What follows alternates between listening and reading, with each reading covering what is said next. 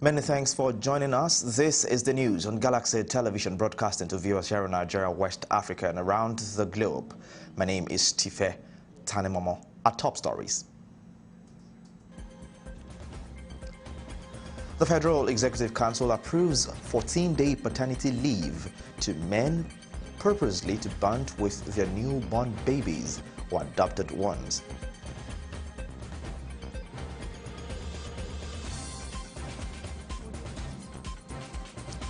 Plus on the news, the Nigerian Senate urges President Muhammadu Buhari to declare bandits as terrorists and wage an all-out war against them.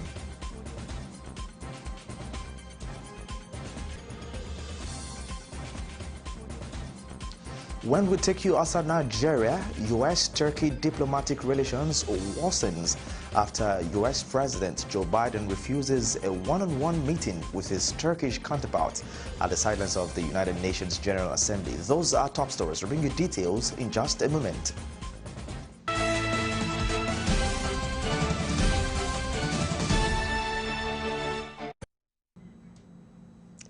Once again, many thanks for joining us on the news. We'll begin from the Federal Executive Council as FEC approves a 14-day paternity leave to make men properly bond with their newborn babies or adopted ones. The paternity leave is for men in the Federal Civil Service. Head of Civil Service of the Federation, Dr. Folashade Yemi Eson, disclosed this while briefing State House correspondents at the end of the Council's weekly meeting presided over by Vice President Yemi Osinbajo at the Presidential Villa, Abuja. Dr. Yemi Eson, who was flanked by the Minister of Information and Culture, Alhaji Lai Mohammed, explained that paternity leave was approved for men when their wives are delivered of their new babies. An all-important tool in the public service. It's what governs the actions of public servants at work. The last time these rules were revised was in 2008, and so we recognize that the revision was long overdue, and so we put everything that we got into it to ensure that we did the revision. Today, one was for the approval for the procurement of a landed property for the residence of the Vice Chancellor by the Federal University, Dutse, Jigawa State. This was a very short memo which actually sought Council's approval to provide accommodation for the Vice Chancellor, and of course it means the university was purchasing a property in Dutse, which will serve as the official accommodation.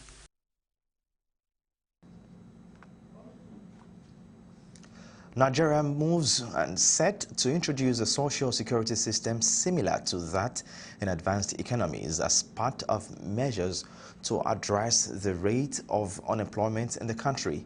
Galaxy's Godfrey Shumago reports that this came to fore at plenary Wednesday as a bill in that respect was considered. The bill, sponsored by Niger East Senator Sani Musa, is a legislation that seeks to provide at least 100 days of employment where volunteers of unskilled manual labor will pay their wages. The sponsor of the bill and his colleagues echoed the urgent need to address the issue of employment. The NREG can be thought of as a policy to boost rural income, stabilize agricultural production, and reduce rural-urban migration. This bill therefore provides a legal guarantee for 100 days of employment in every financial year to adult members of any rural household willing to do public works, related unskilled manual work at the statutory minimum wage. Good as that intention of government with this palliative is, in many areas it was abused. It was abused because even the downtrodden people that were championing their cause, many of them are not honest. You see a lot of duplications of names when you are asking for people to submit names for palliatives. So I think, Mr. President, the time has come for us to take the problem of unemployment as a serious national issue. Despite the so-called economic growth in our country, it has not affected the incidence of poverty, because economic growth without economic development means poverty, inequality, and unemployment. What this bill has addressed is that poverty cannot just disappear. Government has to take a concerted action to address poverty. We stay with the Red Chambers for a while as the Nigerian Senate has urged President Muhammadu Buhari to declare bandits as terrorists and wage an all-out war against them. This is part of the resolutions reached at plenary Wednesday following a motion brought on the floor of the Red Chamber by Sokoto East Senator Ibrahim Gobir. Galas's Godfrey Ashimoge tells us the story.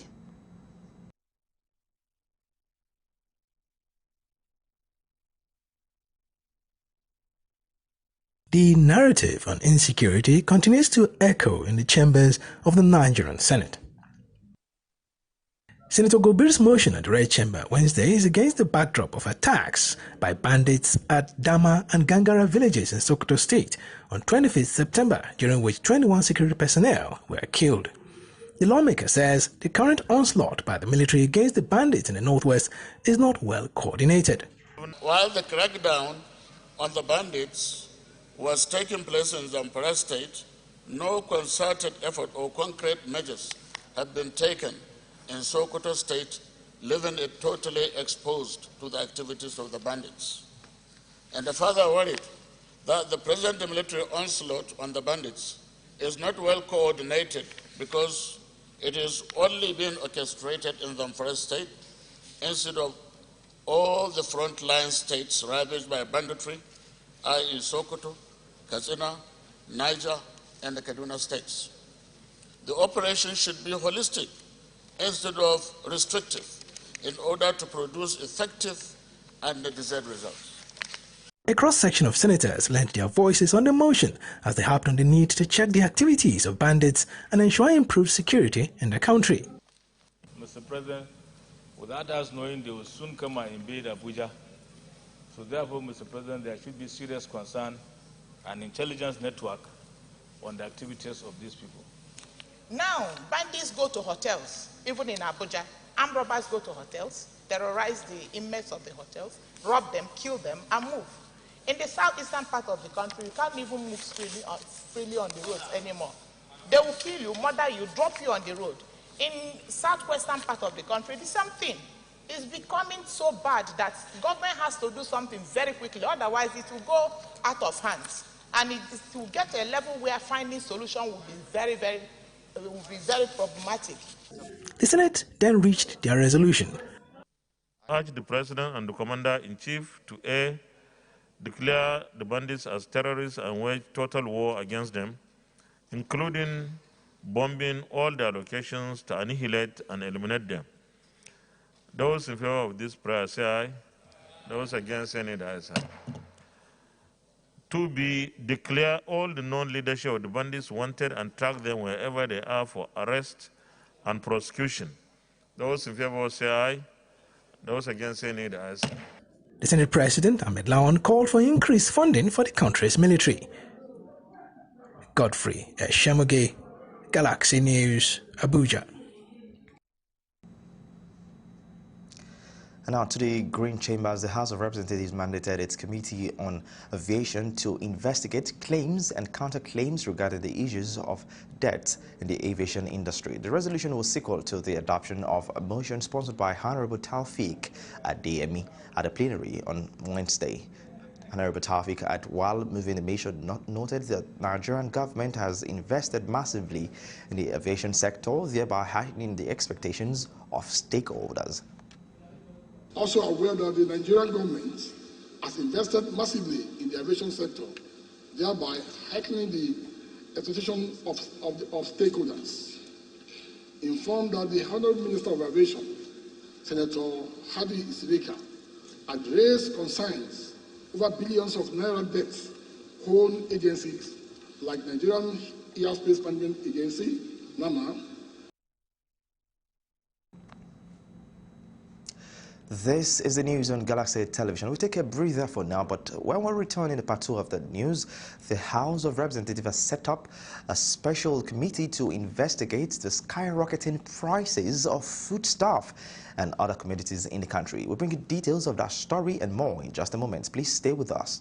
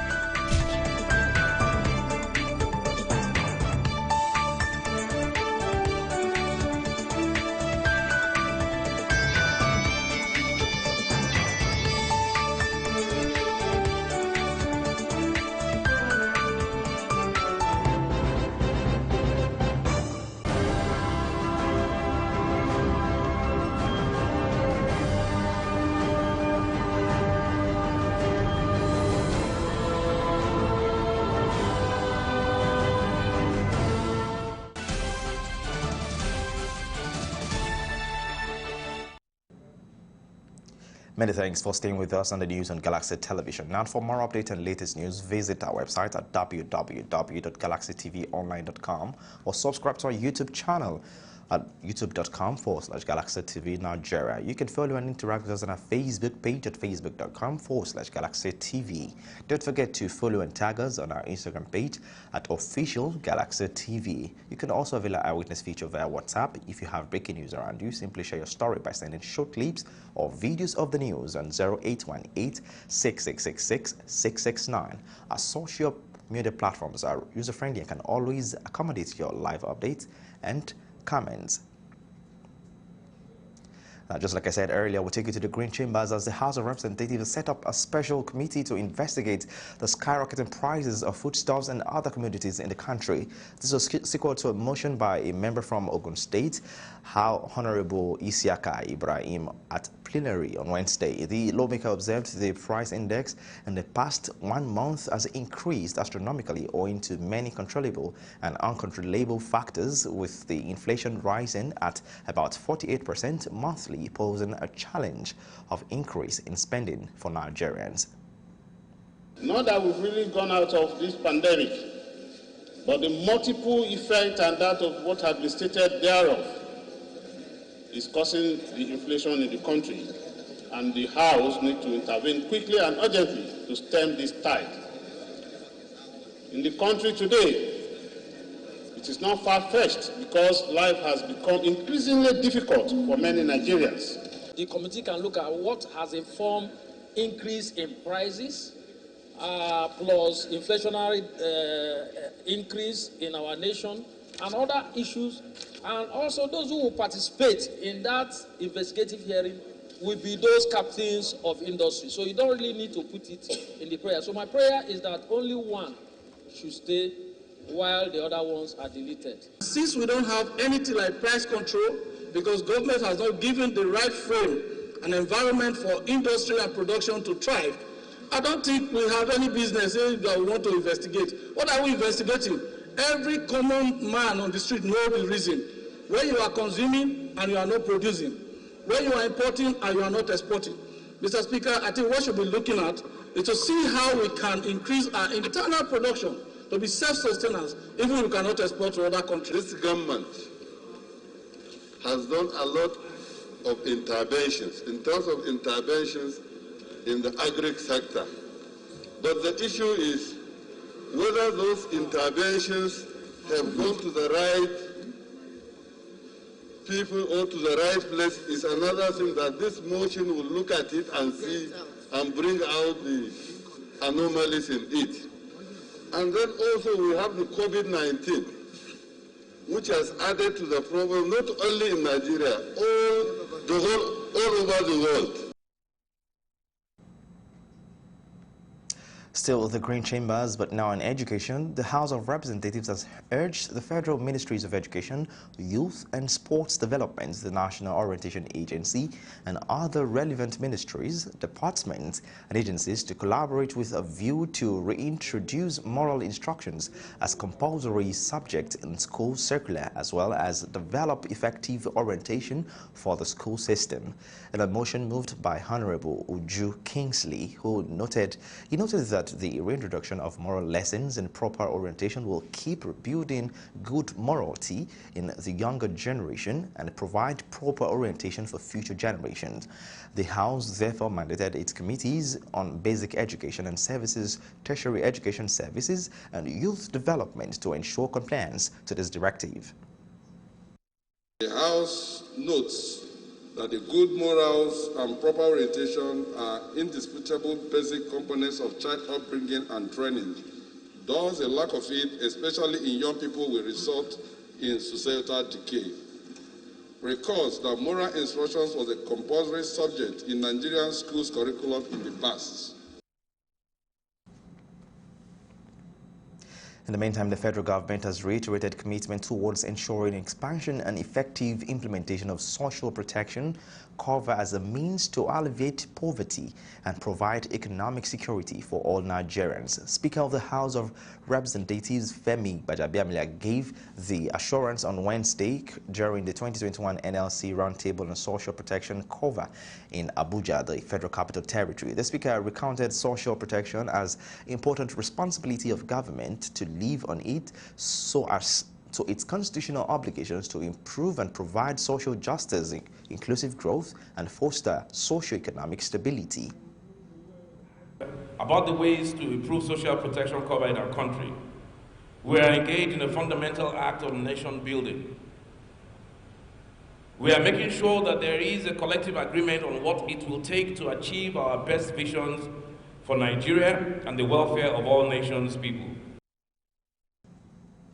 Chairman of the Senate Committee on Public Service, Ibrahim Shekarau, who was represented by Senator Smart Adeyemi, stressed the need for more collaboration between Labour and National Assembly to propose solution to the crisis confronting the Nigerian workforce. Look at how we can improve the standard of living of Nigerian workers. I hold the view that the time has come for Labour to equally come out and present issues that will help us to look at the well-being of workers holistically. Earlier, Nigeria Labour Congress President Yuba Waba, while delivering his welcome address, noted the importance of social protection, sowing for broadening of the scope to accommodate the whole workforce. Again, from the perspective of experts and stakeholders in the field of pension administration, social insurance, mortgage banking, health insurance, industrial training, and other aspects of social protection on how best.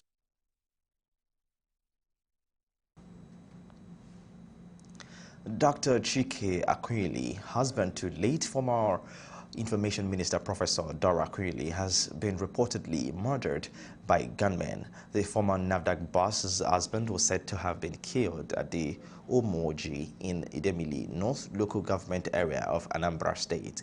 Although details of the incident are still sketchy, a source close to the family said the deceased was still at the University of Nigeria Nsukka Alumni Association, where the late Dora was honored with some hours before he was killed. Later, the Anambra State Police Command is yet to issue a statement regarding the murder. And now, a pan-Igbo group, Igbo Conscience, on Wednesday implores the federal government and security agencies to look into the brutal assassination of Dr. Chike Akunyili, a medical doctor and husband of the late NAFDAC boss, Professor Dora Akunyili. Late Dr. Akunyili was said to be assassinated at Onitsha in Anambra State after attending a memorial lecture in honor of his late wife. The group who made the call urged security agencies to arrest those behind the dastardly act and ensure they are prosecuted. They said the entire Southeast is under siege by its own people and in the name of actualizing Biafra. Is that bad? And as I speak to you, we get information. They take people every day. You only hear the story when a big man is taken, like Dr. Akunyili. Chika Akunyili is a renowned medical doctor. You all know that he's the husband of the late Dora Akunyili, Professor Dora Akunyili. So, and we in the Igbo conscience, cannot wait until all of us are killed before we do. Students that are doing this thing in the Southeast, you don't know them. All the criminals we have from our place who are living in other cities across Nigeria and even outside are now trooping back to Igbo land. Once you have a gun, you can enter into a store and take anything. They kill at the drop of a hat. And unfortunately, some people are clapping for them. With the incessant killing in the southeast, the group charged the federal government to immediate work towards curbing this menace, eating the southeast gradually. Beef up security in that state. We need to secure the state first from these killers, or murderers, if you like. We want the federal government to restore sanity in the southeast before you think about any other thing. If we need to carry out the election that is coming up, I don't know how many months now, November, November, then we need to put the structures in place that will secure lives and property. That's the first thing we need to do. We need to get the bad boys out of the southeast. Health Facilities Monitoring and Accreditation Agency, HEFAMA, have called on residents of Lagos State to patronize accredited health facilities in the state.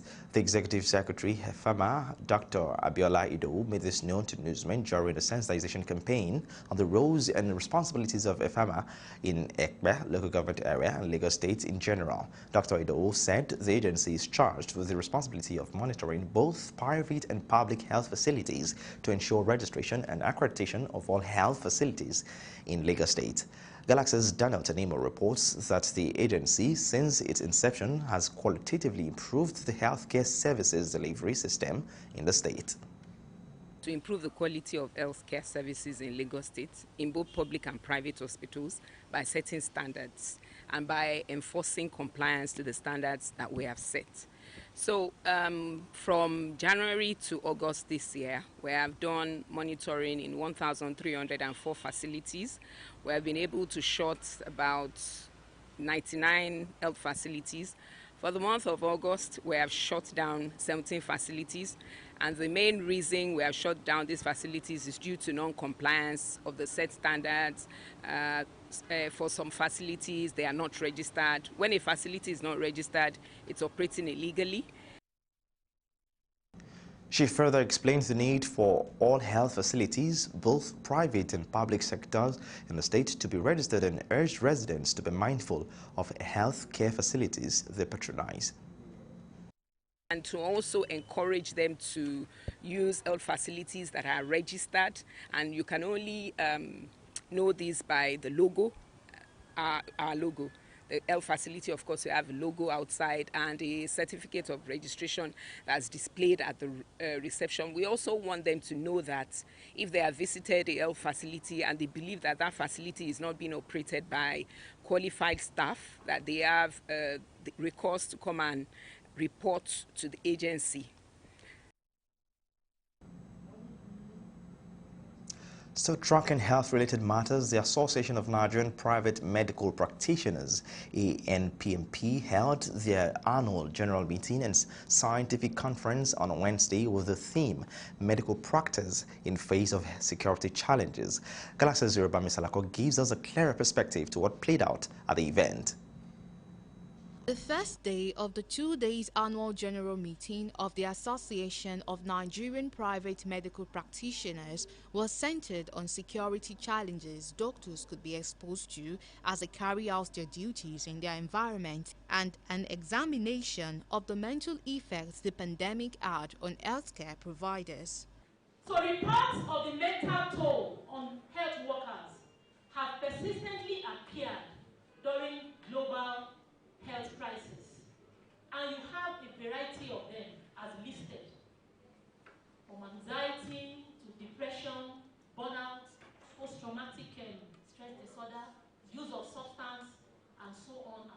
suicide, and all these things are more common in healthcare providers. This year particularly, we are talking about, our theme is on security challenges. Everyone knows the challenges we face in the country security-wise. So, but this one is centered on safe practice in the event of these insecurities. Everybody in Nigeria today is security conscious, and that is the real essence of this conference, to let the private practitioners know that they are not left out. They should sit tight and make proper arrangement for their personal security and the security of their environment. The meeting also encompassed the issue of health insurance in Nigeria, which scorecard is not impressive. As the economy cripples in Nigeria, it gets difficult for citizens to acquire quality healthcare services. The citizens are advised to get their health insured so they may be able to receive affordable healthcare services. I think what is key is to have volume. Health insurance has to do with volume. When we have good volume, then the insured population can be sure that what will be like a premium will be minimal or affordable. This insurance is for every single person, whether mechanic, pepper seller, unemployed, homeless, to CEOs. So in terms of accessibility, it's for everybody. So if anybody that is resident in Lagos and needs health insurance, they simply walk up to any of our divisional offices, meet any of our sales agents and say, I want to be part of the scheme, and they're registered immediately. Ireba Misalako, Galaxy TV News, Lagos. No.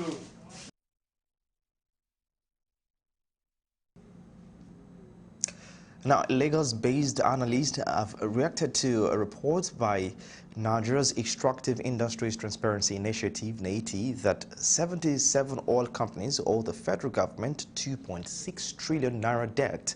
According to NATI, the debt arises from the failure to remit petroleum profit tax, company income tax, value-added tax, royalties, and concession on rentals. NATI Executive Secretary Dr. Bunaya Orji disclosed these on Tuesday while presenting the agency's scorecard in the last 7 months during a press briefing in Abuja. Social affairs analyst Nuruddin Adigbenro, in a chat with Galaxy's Solomon Ofem, said those handling the oil industry in Nigeria are not sincere. Our NATI's report shows that those handling our petroleum industry are not being sincere. And the funniest thing there is that the Minister for Petroleum in Nigeria as of today is President Muhammadu Buhari. So if you have a president that is in charge of petroleum and we still have all these unremittances across all the board, and we are going around shopping and be seeking for loan from here and there, and we are sitting on this kind of unremittancy, it shows the kind of people handling this particular industry. Then another thing again is that go and check, out of all oil producing countries in the world, there is none that have the high level of loan. Adigbenro also proposed a little solution how to recover monies owed by those oil companies. But moving forward, what we just have to do is this. We should make sure that all those people that have handled the ministry from that period of time, that all those unremittances have been done, need to be called to question and they need to be prosecuted. For us to be able to really move on as a country, we should look inward.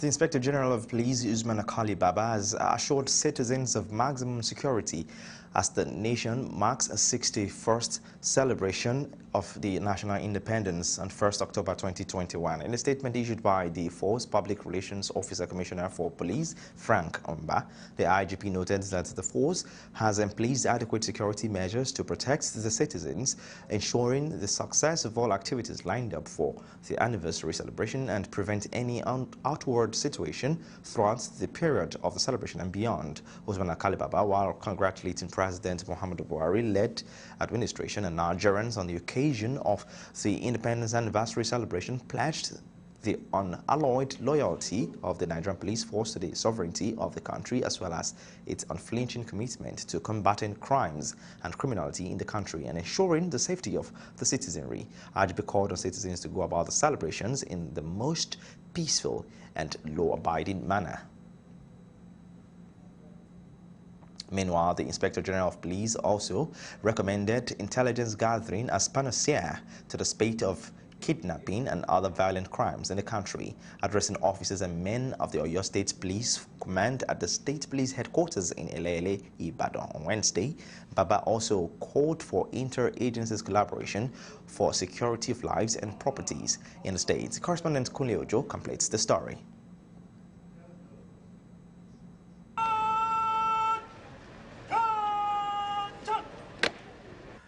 The Inspector General of Police, Alkali Usman Baba, was given a warm reception by officers and men of the State Police Command, who described his visit as a morale booster.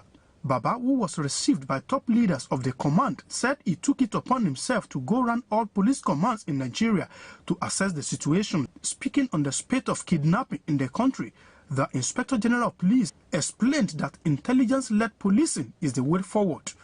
He described rescue operation as a difficult task which puts officers at disadvantage, adding that it is better to chase and look for kidnappers before they strike. There is nothing you cannot achieve if you have better intelligence about it before it happens. The problem of kidnapping that is the devil in this country cannot be solved unless we embark on intelligence. Rescue operations are very difficult operations. If you allow the kidnapping to take place, to rescue the person, you are at disadvantage. Baba also warned the police against grandstanding as the lead security agency in internal security, saying interagency collaboration is germane to tackle insecurity in the country.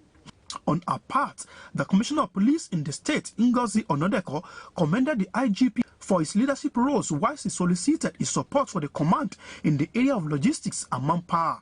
So everybody has his role that needed to be supported. They will support you, you support them. Behind every crime nowadays, there is drug abuse. Identify the drug officer or the NDLA officer in your area. This appeal becomes necessary, sir, as more units of PMF are still being detailed for national assignment from time to time outside the state, while visiting units, personnel deployed to the state by the IGP area were recently withdrawn, thus creating a huge vacuum in the security architecture of the command. The Inspector General of Police later had a private session with officers and men of the command where issues relating to welfare, professionalism, among others, were extensively discussed. From Ibadan, Kunle Ojo, Galaxy TV. Now in Lagos, the Lagos State Command of Federal Road Safety Corps has called on road users, particularly truck drivers, to desist from driving at high speed in order to reduce the rate of road crashes. The command also advised against driving at night, just as it warned against driving while drunk. Galaxy's Valerie Chioma has details of the story.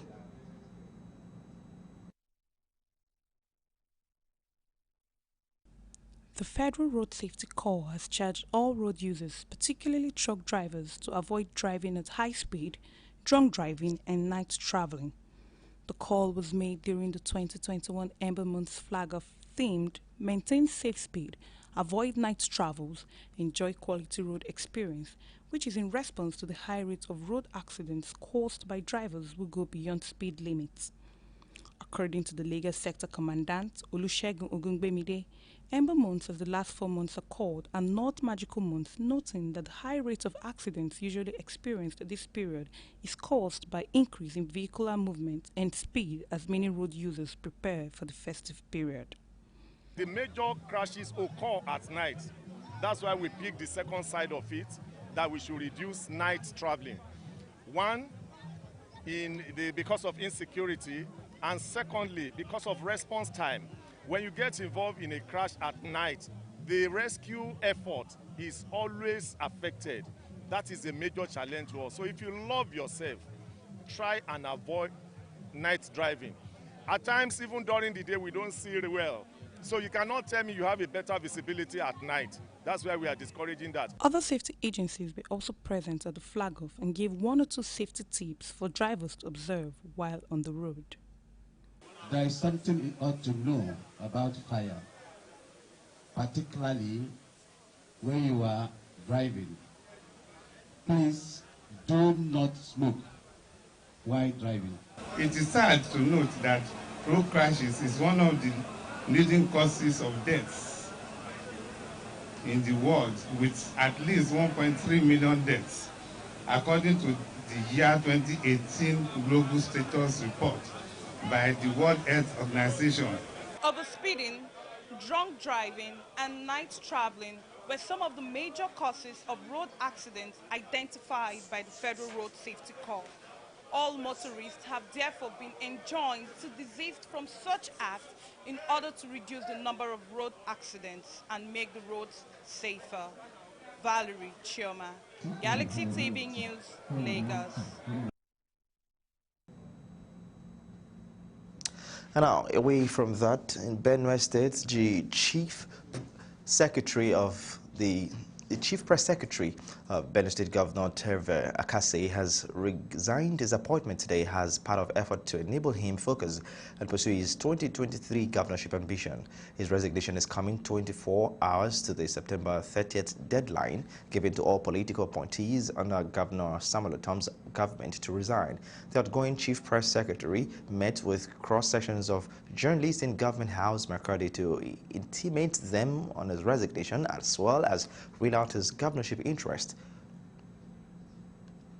The party should be supreme in making a choice of candidates, whether it's governorship, it's senatorial, or it's a House of Reps or State Assembly. He is not going to impose a candidate on the people. Now, if I become governor, by the grace of God, when I become governor, Governor Samuel Otom is my leader. I will respect him, give him all the respect that he deserves. And now to judicial matters. The Federal High Court sitting in Abuja has barred the federal government from retrying former Abia State Governor Orji Uzor Kalu for alleged money laundering to the tune of 7.1 billion naira. In the judgment delivered by Justice Inyang Eko, the court held that the Supreme Court did not, in the verdict it gave on May 8, 2020, order the retrial of either Kalu or his firm, Slockmead Limited. It stressed that the Apex Court only ordered the retrial of former Director of Finance in Abia State, Jones Ude Ogu, who was the appellant before it. That the court has prohibited the federal government or any of its agencies from trying Dr. Orji Uzor Kalu again, having done so before. I think that is the position of the judgment. The Supreme Court had an appeal on the matter and declared the original trial a nullity. We are very thankful for this very courageous judgment by the judiciary, because it is the role of the judiciary to defend the Constitution, and that is what this judgment has demonstrated, because our contention when EFCC refiled this matter is that there was no order of any superior court in line with the provisions of the Constitution. We believe that there is no way the applicants in the two applications can really be severed from the charge. And the Supreme Court could not have said, yes, it's only one of them that should be tried again, and the others should be left alone to go without trial.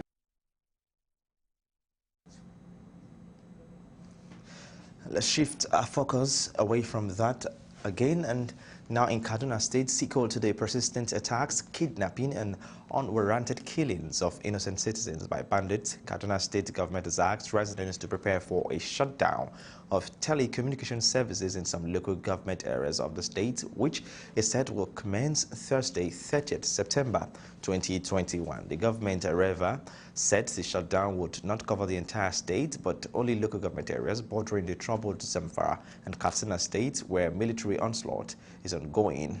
Addressing newsmen at the Nigerian Union of Journalists Secretariat, Kaduna State Council, the Kaduna State Commissioner for Internal Security and Home Affairs, Samuel Arawan, pleaded with residents to bear with them as these are measures put in place in their own interest. That the state government has formally requested the federal government to enforce the shutdown of telecom services in part of the state identified by security agencies as requiring such measures. The relevant federal agencies have today informed the Kaduna State government that the processes for telecoms shutdown in part of the state have commenced. The Kaduna State government also bans the use of motorcycles for 3 months, while tricycles are only to operate from 6 a.m. to 7 p.m. daily with effect from Thursday, 30th September. The complete ban on the use of motorcycle, Okada, for commercial or personal purposes for 3 months in the first instance. 2, ban on possession of or wielding of dangerous weapons.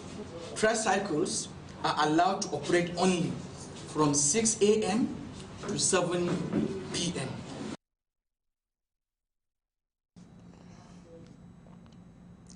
Now let's travel to the southwest, particularly in Oyo State, as the Oyo State Governor Seyi Makinde on Wednesday presented 294.5 billion naira 2022 budget proposal to the State House of Assembly. The budget presentation was graced by the Deputy Governor of the state, Rauf Olanio. Top government functionaries and traditional rulers were also at the meeting. Correspondent Kunle Ojo now completes the story. The budget presentation came almost 2 months earlier in comparison to the presentation of 266.66 billion 2021 budget, which was done by Makinde on Monday, November 23rd, 2020. Apart from 50 billion 2021 supplementary budget, he also sent to the lawmaker earlier this year. In the appropriation bill tagged Budget of Growth and Opportunities, the capital expenditures received the highest allocation for the first time since the administration came on board in 2019. A total of 156 billion naira, representing 52.7%, has also been allocated to capital expenditure. For the 2022 fiscal year, the recurrent expenditure stands at 138.5 billion, representing 47% of the total budget estimate. And based on their feedbacks, we have prepared our budget for the 2022 fiscal year. I have the honor of presenting to the House this 294 billion 516 million 445,107 naira 2022 budget proposal. As stated earlier, this is a budget of growth and opportunities. Given the breakdown of the budget, Makinde declared that education sector received 54.1 billion naira, representing 18.37% of the total budget, which is above the UNESCO standards. He added that the lion's share of 96.7 billion has been allocated to infrastructure, which represented 2.38% of the total budget, promising that his administration will continue to reduce the infrastructural deficit in the state. However, the Speaker of Oyo State House of Assembly, Adebo Okundoyi, noted that the presentation of the budget in September will give the lawmaker enough time to scrutinize and consider the appropriation bill towards keeping to the January to December budget cycle. And all these roads will further boost economic activities in the state. Opportunities, as we continue to create an enabling environment for the private sector to to thrive and open our doors to both local and foreign investors in agribusiness, tourism, and other sectors. We are also exploring new areas of comparative advantage and encouraging investment in them. So as we always say, our doors are open. To keep the January to December budget cycle. This presentation will spur us as lawmakers to redouble our efforts in terms of oversight functions to ensure strict and complete monitoring and implementation of the budget after its passage and assent to further enhance the economic prosperity and potentials of the state. The Speaker maintained that the early presentation will spur the lawmakers redouble their efforts in terms of oversight functions. From Ibadan, Kunle Ojo, Galaxy TV. This is Galaxy Television News. It's now time for us to take you outside Nigeria as we bring you international news.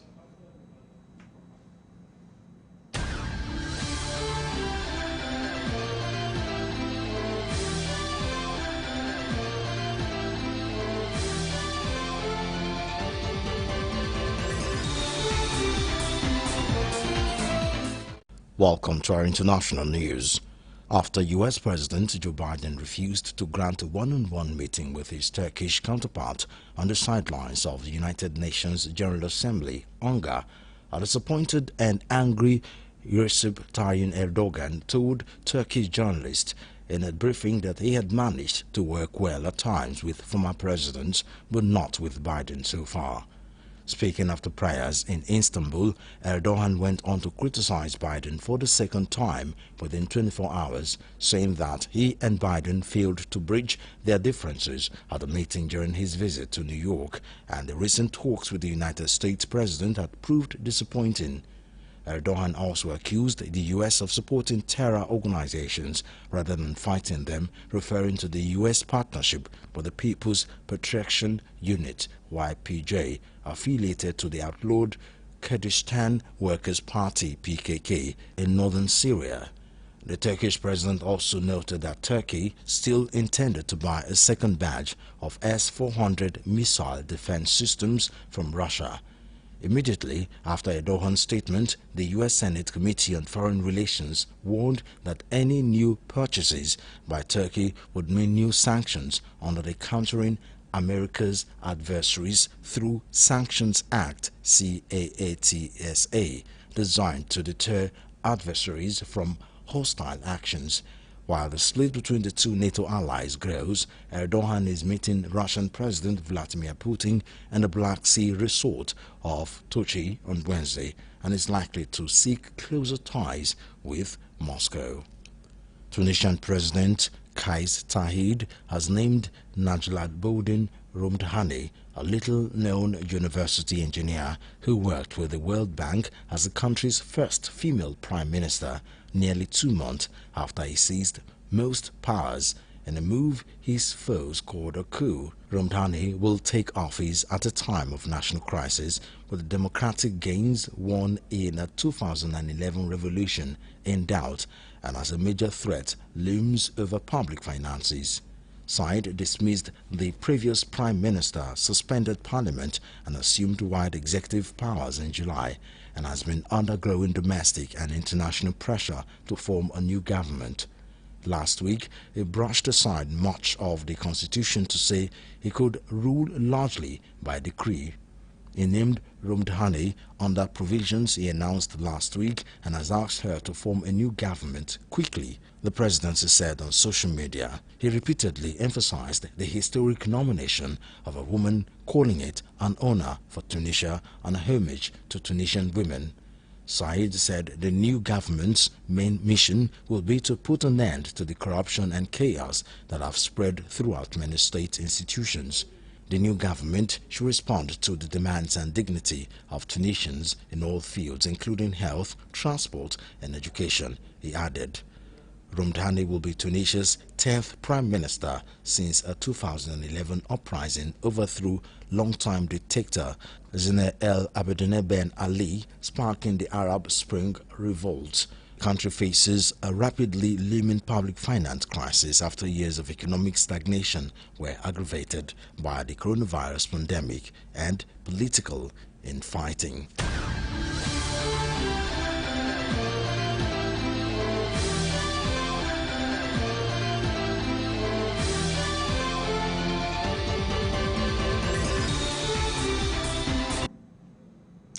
From those international reports, we'll take you to our entertainment desk for more.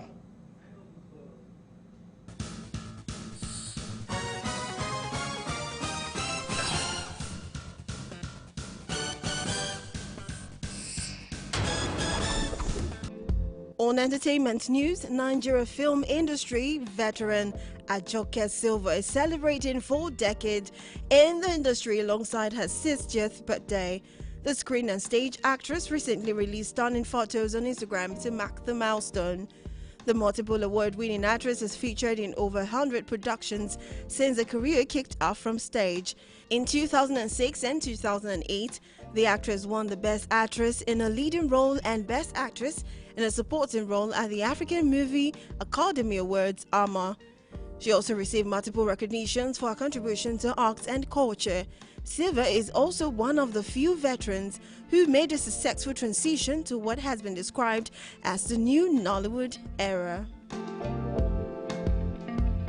Still on birthdays, Mercy Eke is 28 today, Wednesday, September 29, and she's expressed how excited she is about her special day by shooting a lovely video. The Big Brother Naija Pepper Dem winner released a new video of herself bidding farewell to the old age of 27 and welcoming herself to the 28th year. A couple of fans and celebrity friends of Flambeau have commented on the lovely video and sent their birthday wishes.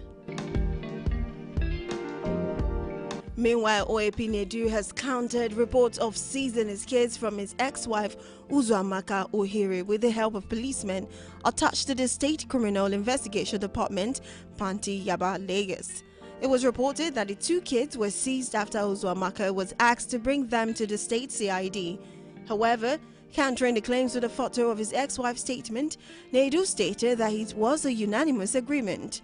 Expressing disappointment of having to come to social media to explain himself, he reiterated that he has also taken care of his kids, contrary to claims made earlier.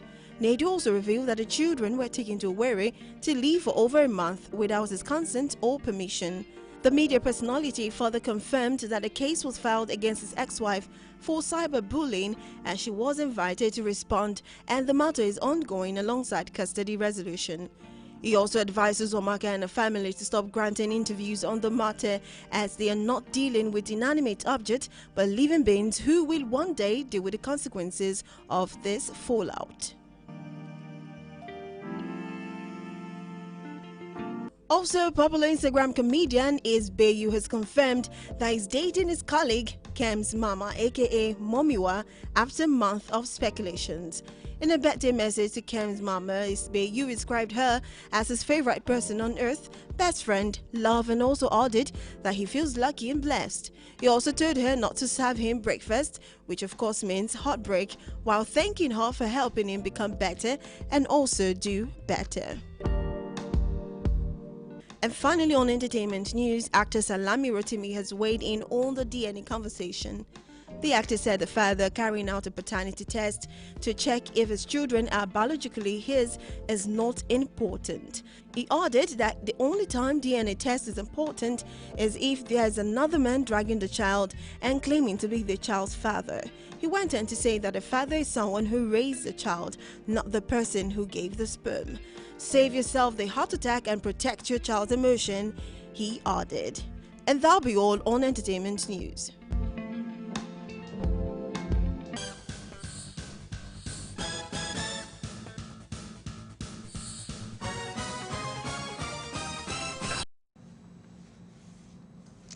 Now, for more updates and latest news, visit our website at www.galaxytvonline.com or subscribe to our YouTube channel at youtube.com/GalaxyTV Nigeria. We are live on Facebook. You can follow and interact with us on our Facebook page at facebook.com/GalaxyTV. Don't forget to follow and tag us on our Instagram page as well at Official Galaxy TV. You can also avail our eyewitness feature via WhatsApp. If you have breaking news around you, simply share a story by sending short clips or videos of the news on 0818-6666-669. Our social media platforms are user-friendly and can always accommodate your live update and comment. Many thanks to all our esteemed viewers for watching the news till this point. My name is Tife Tanimomo. Let's do this again some other time. Bye for now.